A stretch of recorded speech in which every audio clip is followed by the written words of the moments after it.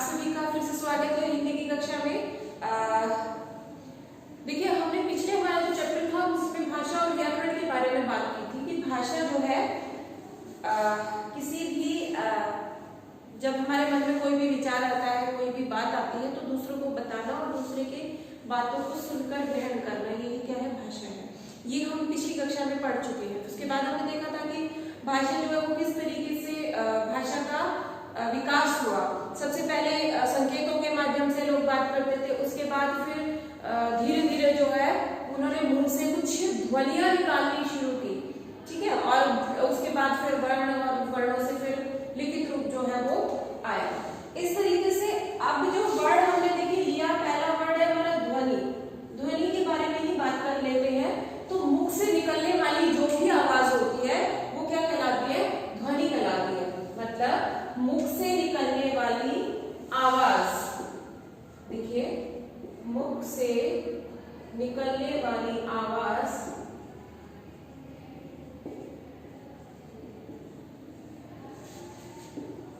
क्या कहलाती है, ध्वनि कहलाती है।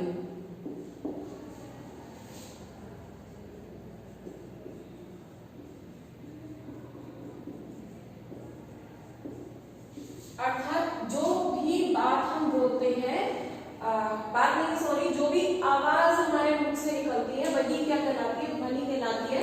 उदाहरण अगर हम इसमें लेते हैं तो देखिए पशु और पक्षियों के उदाहरण जो है वो इसके लिए बेस्ट एग्जांपल्स होते हैं। पशु जो है आपने देखा होगा, घोड़ा हिलहिलाता है, गाय रंभाती है, चिड़िया चहकती है, ठीक है, और कौवा काम काम करता है। तो ये जो आवाज जो वो मुंह से निकालते हैं, यही आवाज जो है वो क्या कहलाती है, ये आवाज ही क्या कहलाती है, ध्वनियां कहलाती है। तो आपको इनमें से पता होना चाहिए कि कौन सा पशु जो है वो किस तरह की ध्वनि निकालता है। जैसे शेर दहाड़ता है, घोड़ा हिलहिलाता है, गाय रंभाती है, बकरी मिमियाती है, ठीक है। ऐसे ही पक्षियों की बात करें तो पक्षी जो है, चिड़िया चहकती है, कौवा काव काव करता है, ठीक है, कोयल कूकती है। तो ये इनके उदाहरण हो जाएंगे आपके ध्वनियों के। इसके बाद में बात करते हैं, हम आगे चलते हैं और अगला जो ये ध्वनि, आई थिंक आप सभी को क्लियर हो गई होगी कि ध्वनि क्या होती है। और उसके बाद बात करते हैं हम वर्ण की। अगला जो टॉपिक रहेगा वो है हमारा वर्ण। देखिए हमारे मुख से निकलने वाली आवाज की हमने बात करी कि ध्वनि होती है। अब हम बात कर लेते हैं वर्ण की। तो भाषा की जो सबसे छोटी इकाई होती है वो क्या कहलाती है, वर्ण कहलाती है। भाषा की सबसे छोटी इकाई, देखिए पहला क्वेश्चन यही से बन जाता है हमारा कि भाषा की सबसे छोटी इकाई। हमने जब व्याकरण पढ़ा था कि हमने ये देखा था कि व्याकरण के 3 विभाग हमने देखे थे, और वो 3 विभाग जो थे वो थे हमारे वर्ण विचार, ठीक है, एक बार यहां देखिए, वर्ण विचार, शब्द विचार और वाक्य विचार। ये तीनों टॉपिक जो है अब हम लेंगे। और इन टॉपिक में से हमारा जो पहला टॉपिक है वो हम आज वर्ण विचार कर रहे हैं। तो वर्ण जो है वो भाषा की सबसे छोटी इकाई होती है। भाषा की सबसे छोटी इकाई होती कैसे है, ये उदाहरण देखिए। मैंने लिखा कै, उसके बाद मैंने लिखा मैं, फिर मैंने लिखा ले। ये तीनों ही जो है क्या है, वर्ण है हमारे पास। ये तीनों वर्ण है और इन वर्णों के मेल से जो है वो क्या बनते हैं, शब्द बनते हैं। तो मैं इन तीनों वर्णों को अगर मिला दूं तो हमारे पास क्या बन गए, शब्द बन गए। तो हमने देखा भाषा की सबसे छोटी इकाई जो है वो क्या हो गई, वर्ण। अब इनके और टुकड़े नहीं किए जा सकते, मतलब जो वर्ण होते हैं भाई सबसे छोटे ही हो गए तो फिर उसके टुकड़े कैसे करेंगे। तो ये भी बात आपको याद रखनी है कि वर्णों के हम और टुकड़े नहीं कर सकते, ये क्योंकि सबसे छोटी इकाई है। भाषा की सबसे छोटी इकाई होने के कारण हम वर्णों के और टुकड़े नहीं कर सकते। उसके बाद बात करते हैं कि वर्णों के भेद पर आते हैं कि वर्णों के कितने भेद होते हैं। तो देखिए वर्ण जो है, वर्ण के 2 भेद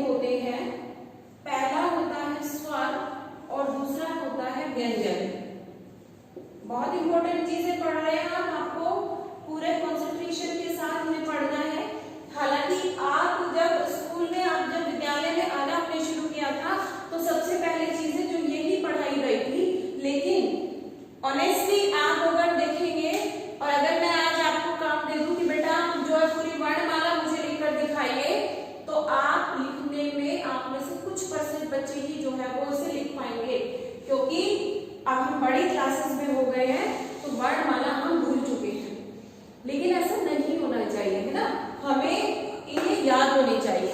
तो चलिए बात करते हैं, हमने वर्ण की बात की कि वर्ण के भेद जो है वो दो होते हैं।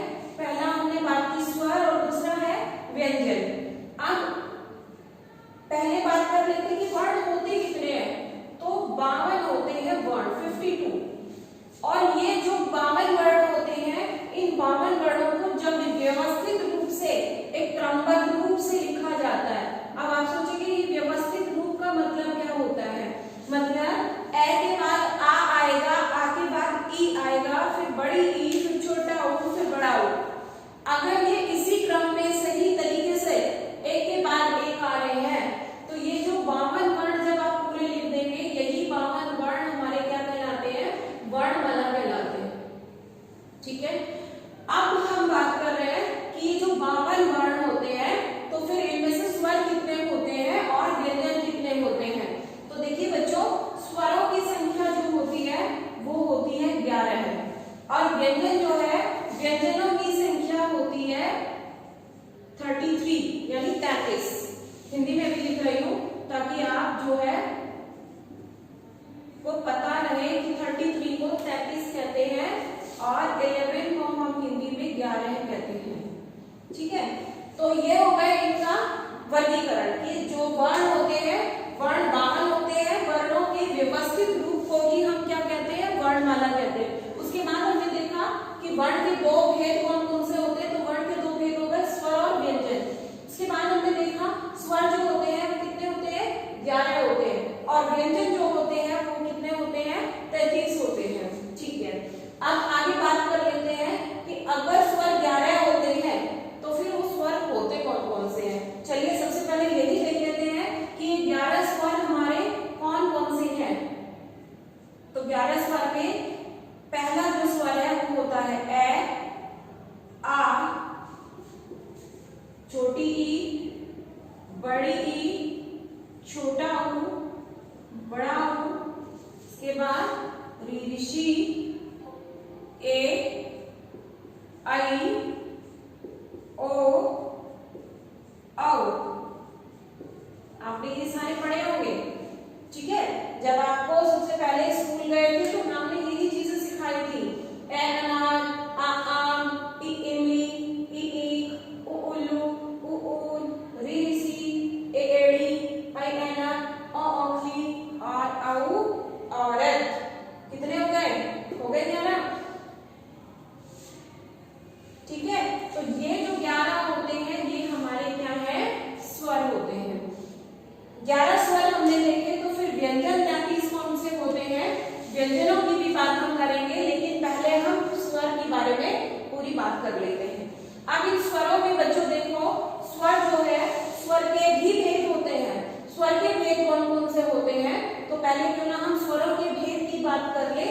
यहाँ तक आप लोगों को अच्छे से समझ में आ गया होगा कि वर्ण जो है वो भाषा की सबसे छोटी इकाई होती है। वर्णों की संख्या 52 होती है, और जब ये वर्ण अपने व्यवस्थित यानी एक सही सीक्वेंस में लिखे हुए होते हैं तब ये क्या कहलाते हैं, वर्णमाला। उसके बाद हमने बात की कि वर्णों के दो भेद होते हैं, स्वर और व्यंजन। स्वर जो है वो 11 होते हैं और व्यंजन जो है वो 33 होते हैं।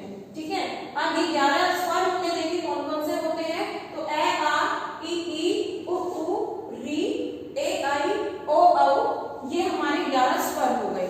चलिए स्वरों के बारे में थोड़ी और बात करते हैं और देखते हैं कि स्वर के जो 3 भेद हमने बताए अभी, वो 3 भेद होते कौन कौन से हैं।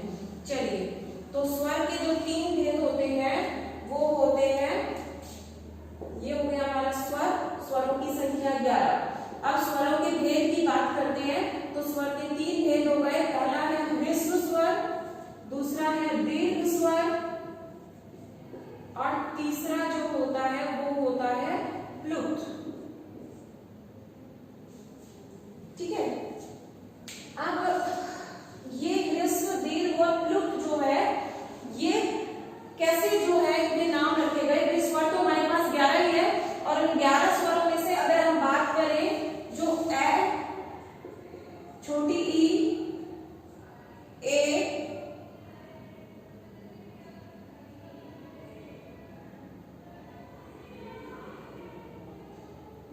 ठीक है, री, ये हमारे ह्रस्व स्वर में आते हैं। ये जो है ये हमारे आते हैं ह्रस्व स्वर में। अब इन चार के भाग जो बच जाते हैं, सात, ये तो हो गए चार। इसके बाद जो चार बच गए, सात बच गए, आ, फिर बड़ी ई, फिर बड़ा ऊ, फिर ए, आई, ओ, औ। ये हमारे पास बच गए 7। ये 7 जो होते हैं ये होते हैं दीर्घ। अब आप सोच रहे होंगे कि मैम ये डिफरेंशिएट हुए कैसे, ये ह्रस्व क्यों है और ये दीर्घ क्यों है? तो देखिए इनमें जो नाम दिए गए ह्रस्व और दीर्घ और प्लुत, ये इनके जो उच्चारण है उस उच्चारण में कितना समय लगता है उसके आधार पर ये नाम दिए गए। ह्रस्व का अर्थ होता है छोटा, ह्रस्व का क्या अर्थ होता है? छोटा, यानी जल्दी का है, जल्दी भी कह सकते हैं। तो ये जो वर्ण है ये जल्दी होते हैं, जैसे ए, ई, उ, री। लेकिन ये वाले जो वर्ण है इन वर्णों से दुगना समय लगता है बोलने में। जैसे ए बोला, लेकिन आ में ऐसे दुगना समय लगा। फिर ई, उ,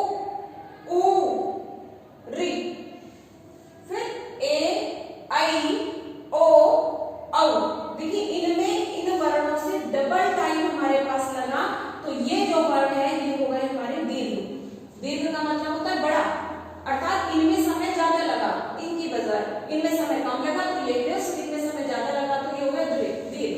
अब जो प्लुत वर्ण होते हैं, प्लुत वर्णों में दीर्घ से भी ज्यादा समय लगता है। प्लुत जो वर्ण होते हैं हमारे, इनमें दीर्घ से भी दुगना समय लग जाता है। जैसे बात करें हम ओम, आपने इस तरह से ओम लिखा हुआ कई बार देखा होगा। इस ओम का मतलब क्या होता है? इस ओम का मतलब होता है कि जो ओ है ये तिगुना समय ले रहा है बोलने में। जैसे बोला हमने ओम, तो यहाँ पर जो ओम शब्द है ये 3 लिखा हुआ है, और इस 3 का मतलब है कि इस ओ को बोलने में हमें कितना समय लग रहा है? 3 गुना समय लग रहा है। इसलिए ये जो वर्ण है ये हमारा किसमें आएगा? प्लुत में आएगा। उम्मीद करती हूँ कि यहाँ तक का जो क्लासिफिकेशन है, यहाँ तक का जो हमने इनके बारे में पढ़ा, वर्ण के बारे में पढ़ा, स्वर के बारे में पढ़ा, ये आपको समझ में आ रहा होगा।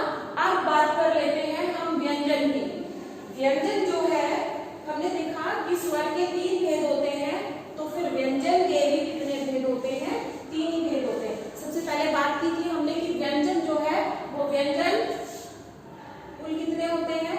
तो व्यंजन जो है वो 33 होते हैं, और 33 व्यंजन जो है वो कौन कौन से होते हैं? तो सबसे पहले देख लेते हैं कौन कौन से होते हैं। का, ख, ग, घ, ङ। ठीक है, च, छ, ज, झ, ञ, ट, ठ, ड, ढ, ण, त, थ, द, ध, न।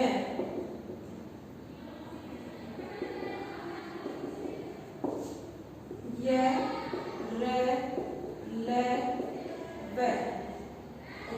एक वो लाइन रह रही है। प, फ, ब, भ, म।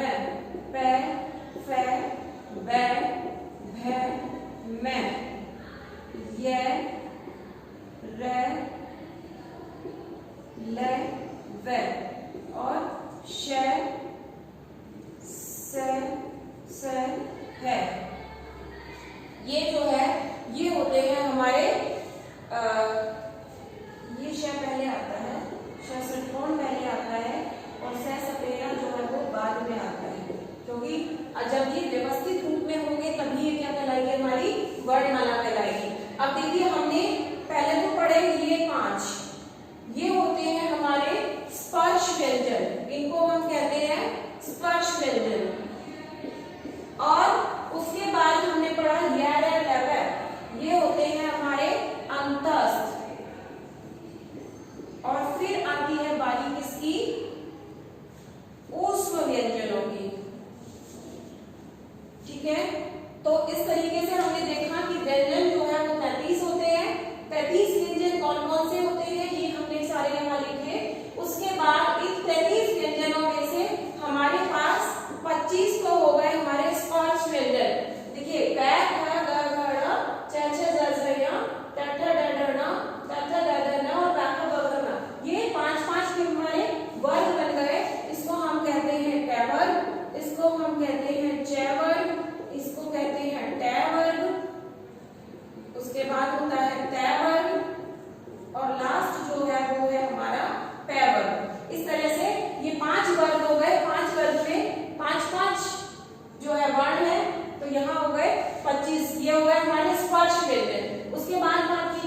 ग्यारह लव, ये 11 लव जो है ये अंतस्थ व्यंजन कहलाते हैं। और उसके बाद श, से, हा, ये है हमारे ऊष्म व्यंजन। इस तरीके से हमने देखा कि व्यंजनों के भी कितने भेद होते हैं, 3 भेद होते हैं, स्पर्श व्यंजन, ऊष्म व्यंजन और अंतस्थ व्यंजन।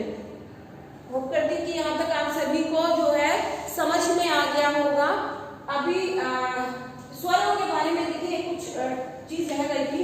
स्वर जो है वो 2 तरीके से लिखे जा सकते हैं। स्वर और व्यंजन आपको समझ में आ गए होंगे कि 11 और 33 जो है इनके भेद होते हैं, प्रकार है। और उसके बाद 3 इनके भेद हमने पढ़ लिए। अब बात करते हैं हम कि स्वर जो है वो किस तरीके से लिखे जाते हैं।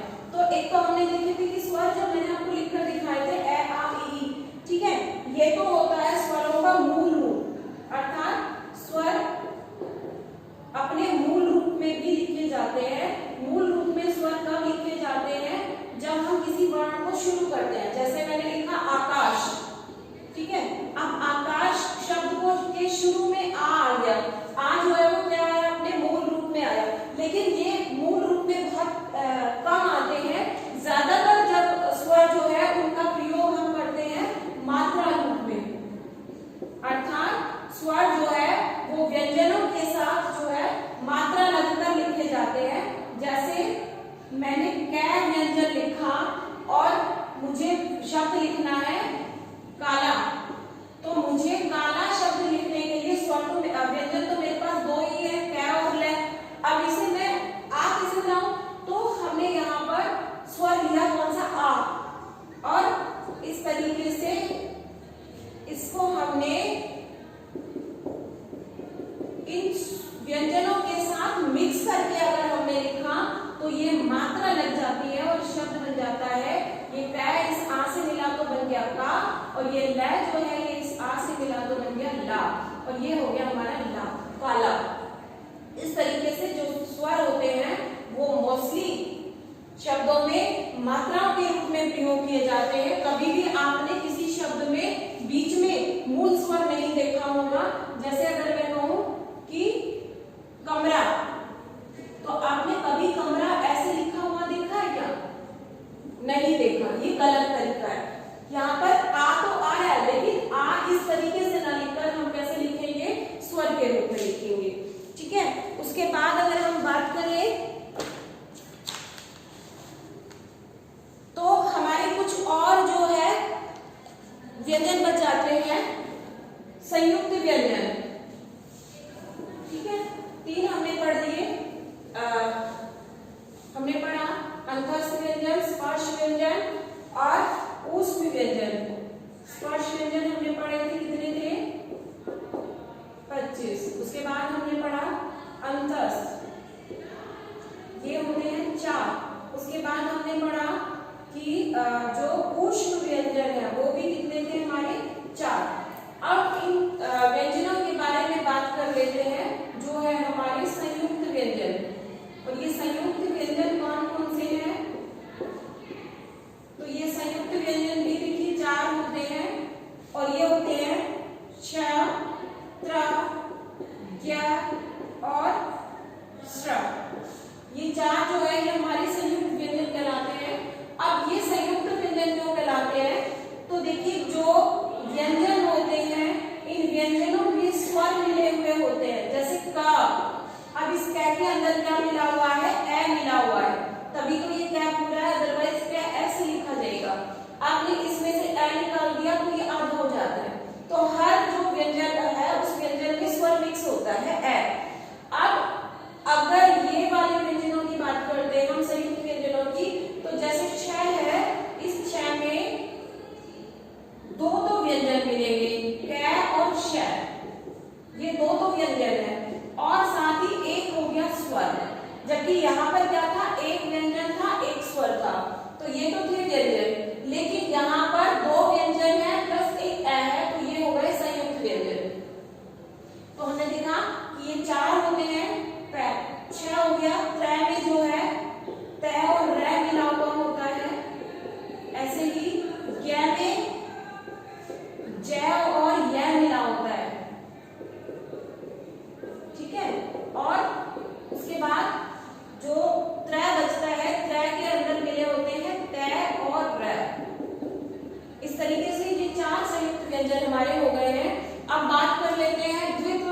व्यंजनों के बारे में। तो द्वित्व व्यंजन जो होते हैं, द्वित्व व्यंजन का मतलब होता है एक ही व्यंजन दो बार रिपीट होना। जैसे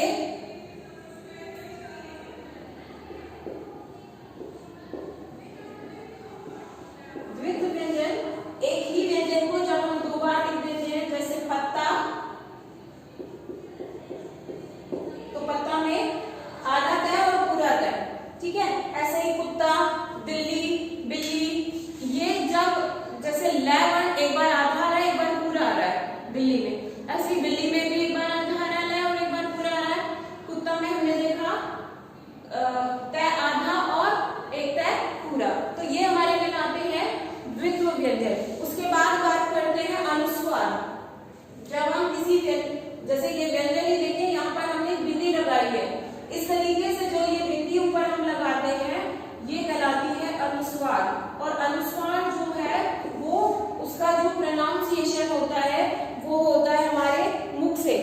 जैसे और अगर उदाहरण बात कर ले हम अनुस्वार की, तो जैसे चंद, कंद, बंदर, ठीक है, ये किसके उदाहरण है? अनुस्वार के, ये मुख से बोला जाता है। फिर एक और शब्द आता है हमारा अनुनासिक। अनुनासिक जो है वो मुख और नाक दोनों से बोला जाता है। जैसे चांद, आंख,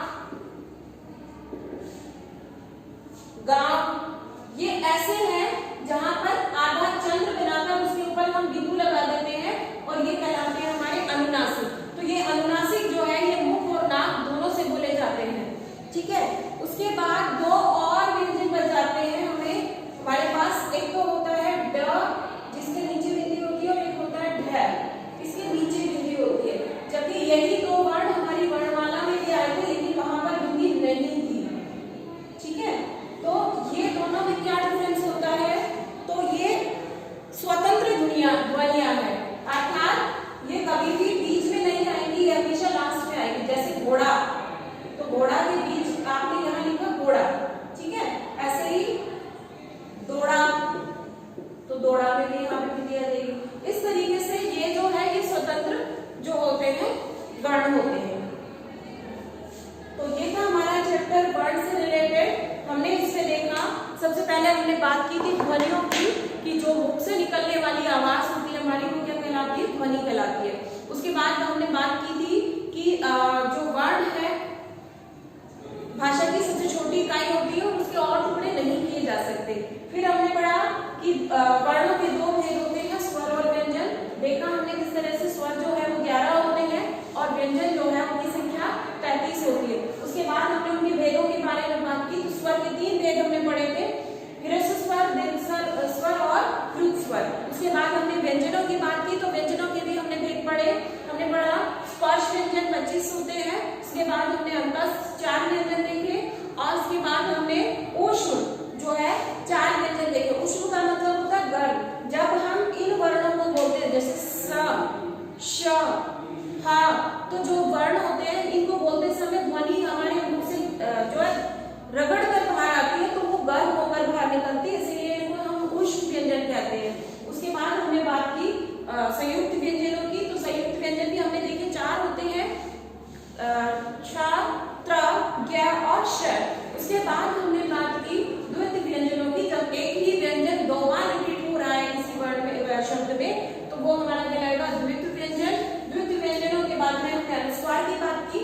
जब हम किसी शब्द के ऊपर सिर्फ बिंदी लगाते हैं तो वो अनुस्वार कहलाता है और अनुस्वार जो है वो मुख से बोला जाता है। उसके बाद अनुनासिक। अनुनासिक में हम इस तरह से चंद्र बिंदु मिलाते हैं ऊपर, और अनुनासिक जो है वो नाक और मुख दोनों से बोला जाता है, ठीक है। उसके बाद वो स्वतंत्र ध्वनियों की बात की हमने, ड और ढ, जहां पर बिंदी नीचे लगती है, ये हमेशा शब्द के अंत में आपको देखने को मिलेंगे। तो ये था हमारा आज का चैप्टर। उम्मीद करती हूँ आप सभी को चैप्टर जो है वो समझ में आया होगा। फिर भी अगर आपका कोई डाउट रह जाता है तो आप कभी भी इसके बारे में डिस्कस कर सकते हैं। Thank you so much.